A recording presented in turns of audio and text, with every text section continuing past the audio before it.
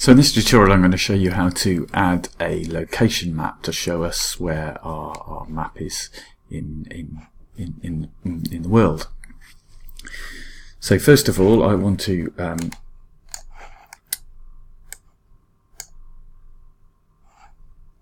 look at our main geological map. So let's just zoom out a little bit so we can see the whole of our geological map in here. Now what I want to do is I'm going to create a new shapefile which is going to be a rectangle that goes over that shows the extent of our map. So I'm going to go into my folder where I'm working in, and I'm going to create a new shapefile, and I'm going to call this extent. I've already done this already, so I've got to call it a different name because you can see that I've already got a shapefile called extent in there. So I'm just going to call it extent2, and I don't want it point data. It wants to be a polygon data. So we're going to create a rectangle, so that's a polygon, and we're going to need to tell it what spatial reference frame to use. So this is what it is, and for our map we're using this spatial reference frame. So then we click OK. And click OK again here, and it should add this to the map. Okay. We probably don't want a fill color on this, and we probably want to have a bright color to so that we can see it initially when we play with it. So first of all, what we want to do, we're going to start editing this. So we're going to edit this feature, start editing. We want to create a new feature. Okay, and it's going to be there, extent, and we're going to want to draw a rectangle. Okay, so then I can select in my corner over here,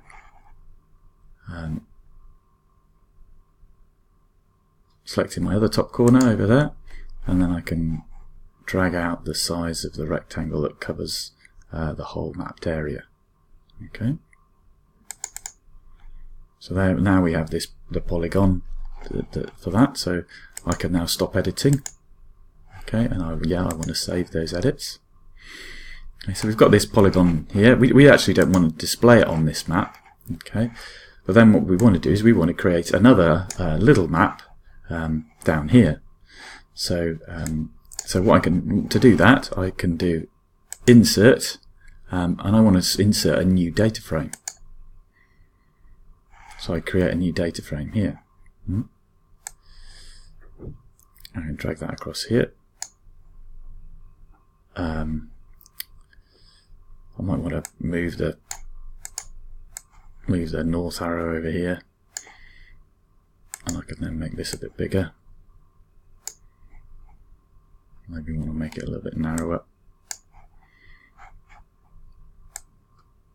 Okay, in that. Then I can drag this into that data frame there. Okay, and then I can display it, and it's in there. Okay. Now in this, I want to add some data into this data frame. Actually, it's best to remove this from there. Actually, to start with. So that let's just add some data into here. So we're going to add a base map, and we can choose whichever one we want. Probably this is a nice one to add. You might want to add a road map, but maybe this terrain map or this topographic one. Let's try this one for now. We can add that.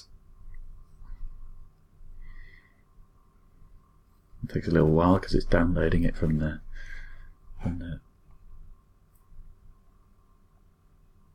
database. So it's rather I think it's because we probably want to the coordinate system. We probably want to use a a world, and we probably want to use WGS 1984, a world projection, which will make it a little bit more sensible. And then we want to zoom in on France.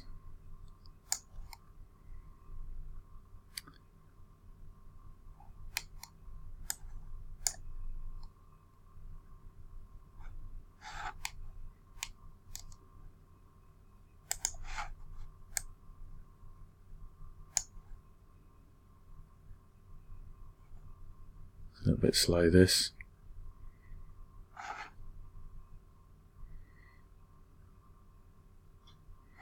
Maybe projected isn't the right one to use. Maybe if we go to properties rather than geographic. Yeah, maybe I wanted to go to projected. Continental Europe. ETRS 1989, that might be a good one to use. Or maybe world.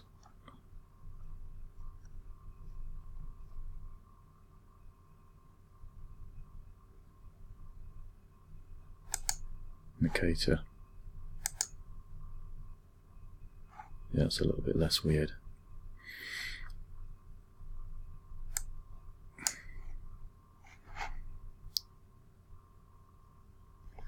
So we just turn that off for a minute. We drag and drop the extent into here, and it'll say, because this is in a different format from that, so we need to do transformations, and the first one's normally okay. Close, and then we can switch that on, and we can zoom to that layer.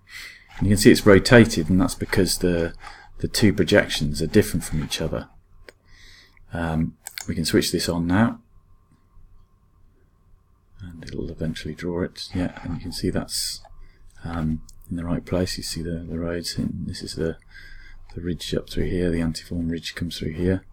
The chateau is underneath that writing there, and we can gradually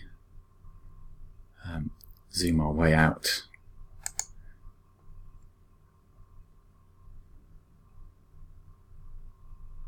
I might want to do it up here. We can go out to maybe 1 million. Maybe we want to go out a little bit more. So we see the coastline. There we've got Nice on there. That's probably quite good. That doesn't really necessarily stand out so well on there, so maybe we want to change the symbology of that a little bit. So maybe we want to have red fill colour in here. And maybe we want to add a thing to say field area or something. We could add some, we could insert some text in here. There it is, it's here. We call that field. We can yeah.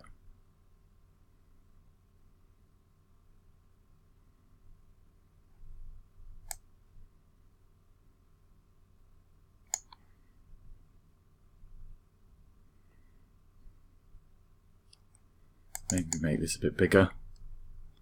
So change symbol. Maybe take it up to 14 font. Maybe even bold it. Make it really stand out.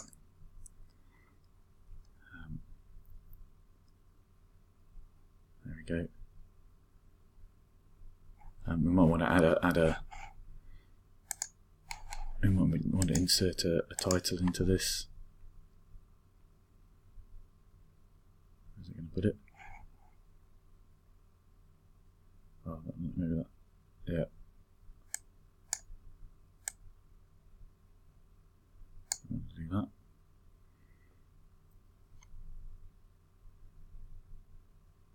seems to have put a title, the main title, so I don't really want that. Maybe we can just do put another text in here, so we can just insert another text box in here and put location map, and then drag that.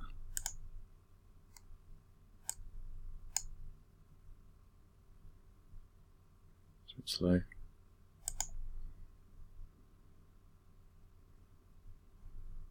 Like that.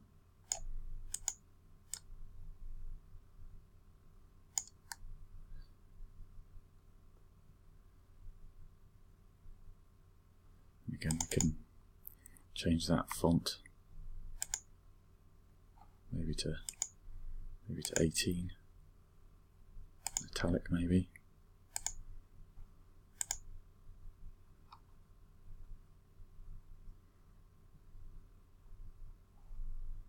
Slightly moved. There we go.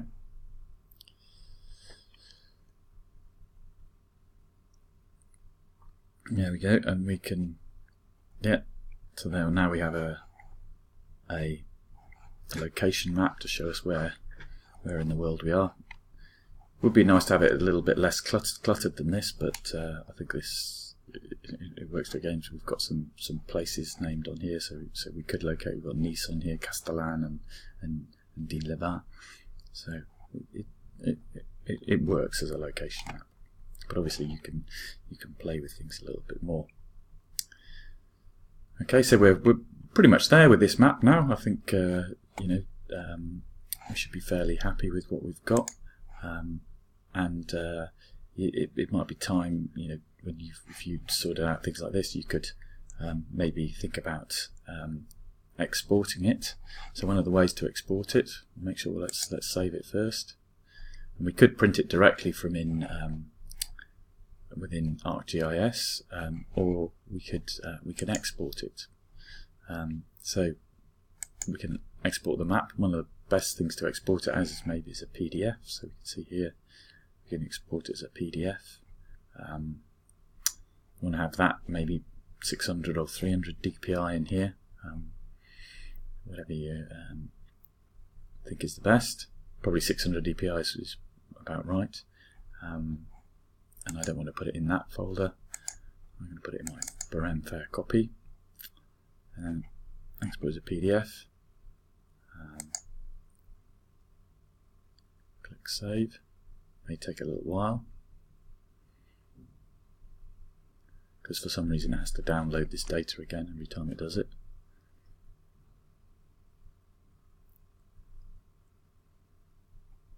You can see in this corner, you can see what it's actually doing as it's going through it.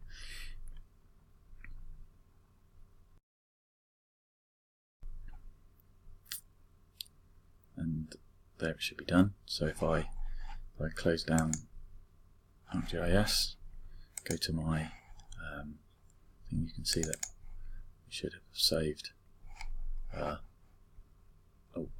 PDF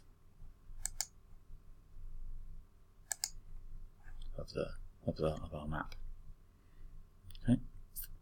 So in the next tutorial, I'm going to show you a bit about how to use Inkscape for drawing a cross section.